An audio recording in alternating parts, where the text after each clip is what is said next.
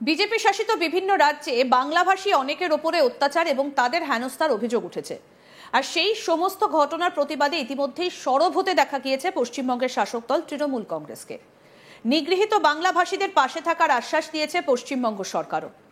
এরই মধ্যে বিজেপি শাসিত রাজ্যে আরও এক বাংলাভাষীকে মারধরের অভিযোগ। ঘটনাস্থল উড়িষ্যা। আক্রান্ত নাসির উদ্দিন নামের এক পরিযায়ী শ্রমিক। তিনি মুর্শিদাবাদের নওদার গোঘাটা গ্রামের বাসিন্দা।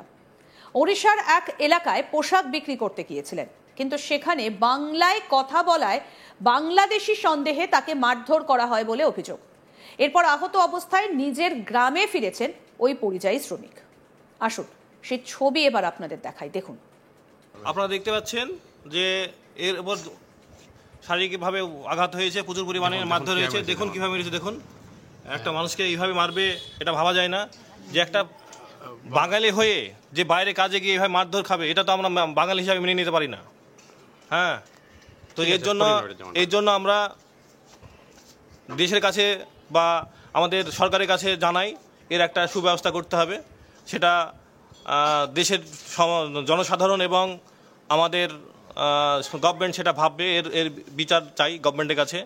তো তোমার মতামত, আপনার কি চাহিদা যে এর জন্য কি করতে হবে? আমাদের এর জন্য একটা যে কোনো কাজ দিতে হবে সরকারকে, বা একটু লোন ফোনের ব্যবস্থা হলে ব্যাপারটা করবে। দেখতে পাচ্ছেন কিভাবে মারধর করেছে, পুরো শরীরে সব কালসি পড়ে গেছে। দেখতে পাচ্ছেন গলা টিপে ধরেছিল, গলার অবস্থা চিরিয়ে গেছে। দেখেন, সব দেখতে পাচ্ছেন কিভাবে মারধর হয়েছে। হ্যাঁ, তো আমরা জানাই যে এর একটা সুব্যবস্থা হোক। এ চাইছে যে ওনার বিচার চাই, যে আমি বাইরের ভিন রাজ্যে এতদিন কিছু হয়নি, 7 বছর 8 বছর ধরে ব্যবসা করছে, কিন্তু এই বিজেপি সরকার আসার পর থেকে এই অত্যাচার। তো এর জন্য সরকারের কাছে আবেদন করছে উনি। তো আপনার ভিডিওটা দেখতে পেলেন। এবার যা হবে সরকার ভাববে, আমরা থাকবো এর পেছনে। আচ্ছা, আমরা ভিডিওটা ক্লোজ।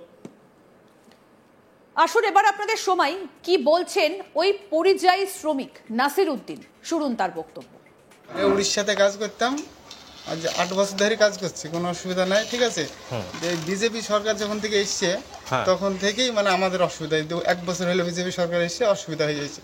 এমএ গেলেই RSS বাহিনী অমনি ধরছে, ধরি আধার কার্ড দেখা, এই বাংলাদেশি তোদের মমতা কার্ড ডুপ্লিকেট বানিয়ে দিচ্ছে। ঠিক আছে, তোরা বাংলাদেশি পাঠান, এরকম প্রায় বলে।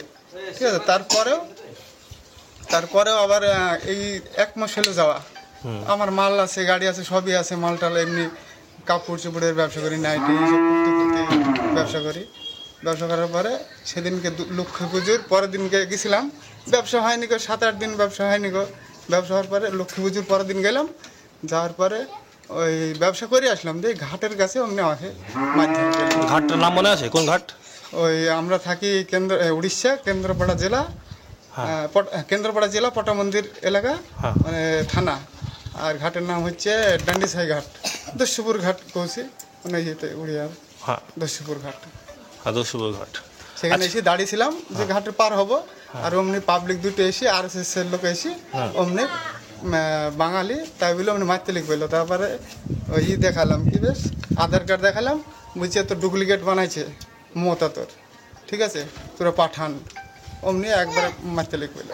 আচ্ছা, কি দিয়ে মেরেছিল আপনাকে? মেরেছিল এমনি ডাল ভেঙে মারলো, তারপরে এমনি একশো ওদের হাত পা ধরছি, সাপোর্ট করছি। তারপরে ওই হয়েছে। ওখানে গ্রামবাসী কেউ আসেনি?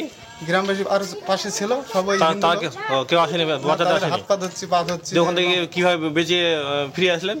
ওই নৌকা ওই সাইডে ছিল, নৌকাটা চলে আসলো, আর ও বললো যে আমি দাঁড়াতে তোকে নিয়ে লাগে, মানে পুরা নিয়ে লাগিয়ে দেবো।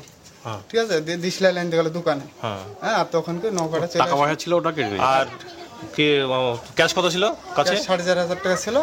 ক্যাশটা নিয়ে নিলাম, বলছে মোবাইল খারাপ হয়ে গেছে, রুমে থইছি। আক্রান্ত হবার পর বাড়ি ফিরে এসেছেন ওই পরিযায়ী শ্রমিক। ওই পরিস্থিতিতে এখানে যাতে তার কোনো কাজের ব্যবস্থা করা হয় সরকারের কাছে, সেই আবেদনই জানাচ্ছেন তিনি। কি বলছেন নাসির উদ্দিন, আসুন শুনি। এর জন্য একটা যে কোনো কাজ দিতে হবে সরকারকে, বা একটু লোন ফোনের ব্যবস্থা হলে ব্যাপারটা করবে। জানেন, আপনি বাইরে যেন না যেতে হয় সেই ব্যবস্থা করতে হবে। এর আগে অন্য সরকার ছিল, ওখানে নবীন পান্ডা ছিল, তখন কোনো অসুবিধা ছিল না। যখন বিজেপি সরকার আসলো তখন থেকে উনি আধার কার্ড চেক হইতে লিখবে। এর জন্য একটা যে কোনো কাজ দিতে হবে সরকারকে, বা একটু লোন ফোনের ব্যবস্থা হলে ব্যবসাটা করবে। জানে আপনি বাইরে যেন না যেতে হয় সেই ব্যবস্থা করতে হবে। এর আগে অন্য সরকার ছিল ওখানে নবীন পান্ডা ছিল তখন কোনো অসুবিধা ছিল না, যখন বিজেপি সরকার আসলো তখন থেকে উনি আধার কার্ড চেক হইতে লাগবে। এই ঘটনাকে কেন্দ্র করে নতুন করে চাঞ্চল্য ছড়িয়েছে। ঘটনায় ক্ষোভ প্রকাশ করেছেন রাজ্য শ্রমিক সংগঠন এবং সংসদ সদস্য সামিরুল ইসলাম। তিনি বলেন, বাংলার শ্রমিকদের সুরক্ষায় কেন্দ্র ও রাজ্য সরকারকে দ্রুত পদক্ষেপ করতে হবে।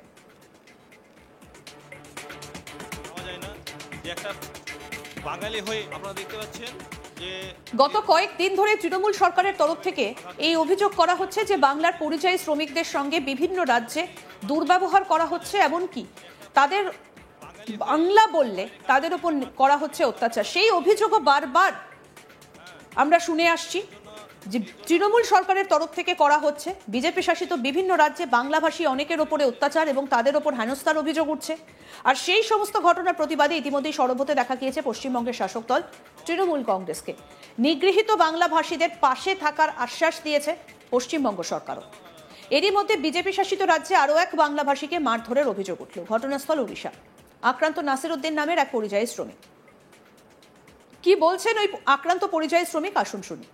উড়িষ্যাতে কাজ করতাম, আজ 8 বছর ধরে কাজ করছি, কোনো অসুবিধা নাই। ঠিক আছে, যে বিজেপি সরকার যখন থেকে এসছে তখন থেকেই মানে আমাদের অসুবিধা, 1 বছর হলে বিজেপি সরকার এসে অসুবিধা হয়ে যাচ্ছে। এমএ গেলেই RSS বাহিনী অমনি ধরছে, ধরি আধার কার্ড দেখা, এই বাংলাদেশি তোদের মমতা কার্ড ডুপ্লিকেট বানিয়ে দিচ্ছে। ঠিক আছে, তোরা বাংলাদেশি পাঠান, এরকম প্রায় বলে। ঠিক আছে, তারপরেও আবার এই 1 মাস হলে যাওয়া, আমার মাল আছে, গাড়ি আছে, সবই আছে, মালটাল এমনি কাপড় চোপড়ের ব্যবসা করি, নাইটি ব্যবসা করি। ব্যবসা করার পরে সেদিনকে লক্ষ্মী পুজোর পরের দিনকে গেছিলাম, ব্যবসা হয়নি গো, 7-8 দিন ব্যবসা হয়নি গো।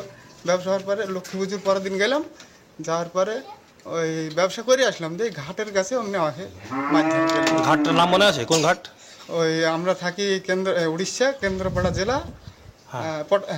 জেলা পটা মন্দির এলাকা, মানে থানা। আর ঘাটের নাম হচ্ছে ডান্ডিসাই ঘাট, দস্যুপুর ঘাট কৌশি, মানে ইয়েতে উড়িয়া দস্যুপুর ঘাট।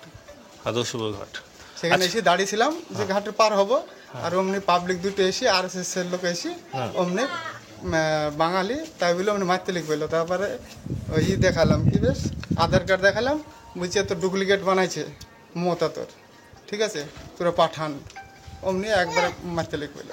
আচ্ছা, কি দিয়ে মেরেছিল আপনাকে? মেরেছিল এমনি ডাল ভেঙে মারলো, তারপরে এমনি একশো ওদের হাত পা ধরছি, সাপোর্ট করছি। তারপরে ওই হয়েছে। গ্রামবাসী কেউ আসেনি? গ্রামবাসী আর পাশে ছিল সবাই, কেউ আসেনি, হাত পা ধরছি, পা ধরছি। ওখান থেকে কিভাবে বেঁচে ফিরে আসলেন? ওই নৌকা ওই সাইডে ছিল, নৌকাটা চলে আসলো, আর ও বললো যে আমি দাঁড়াতে তোকে নিয়ে লাগে। আরও আপডেট পেতে দেখতে থাকুন আজ তাক বাংলা। সাবস্ক্রাইব করুন, নোটিফিকেশন পেতে বেল বাটন অপশন প্রেস করুন।